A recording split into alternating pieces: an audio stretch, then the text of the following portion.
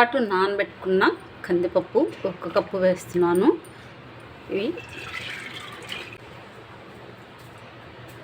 తగినన్ని నీళ్ళు వేసుకోవాలి.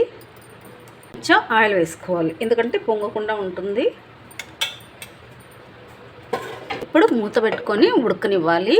బాగా సగం ఉడికేంత వరకు మూత పెట్టుకొని ఉడకనివ్వాలి. పప్పు నానబెట్టుకుంటే తొందరగా ఉడుకుతుంది, అందుకే కనీసం 20 నిమిషాలైనా నానబెట్టుకోవాలి. ఒకసారి మూత తీసి చూద్దాం.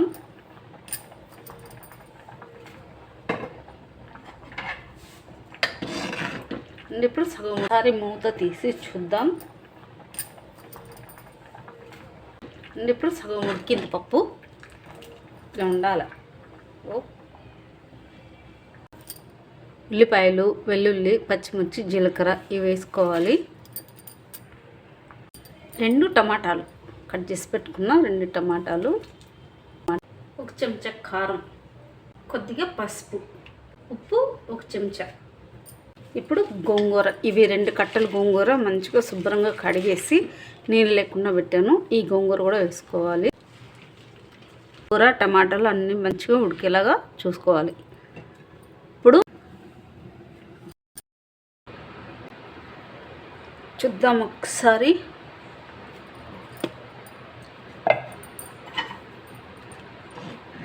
అయితే మంచిగా ఉడికిపోయింది చూసారా. ఇలా ఒక చిన్న పాన్ పెట్టుకొని పోపు చేసుకోవాలి.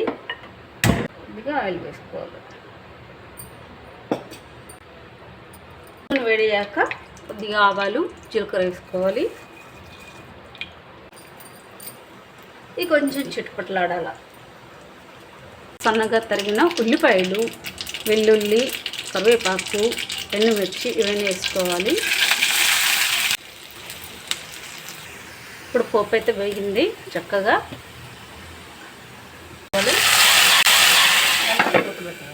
ఒకసారి మూత తీసుకొని కలబెట్టుకొని వేడి అన్నంలోకి నెయ్యి వేసుకొని పప్పు వేసుకొని తింటే ఎంత కమ్మగా ఉంటుందో,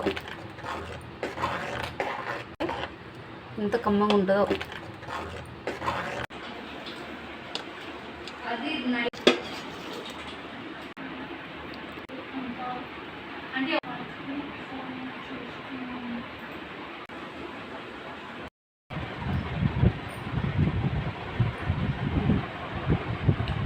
బాగుంది గోంగూర పప్పు, వేడి అన్నం కమ్మగా ఉంది.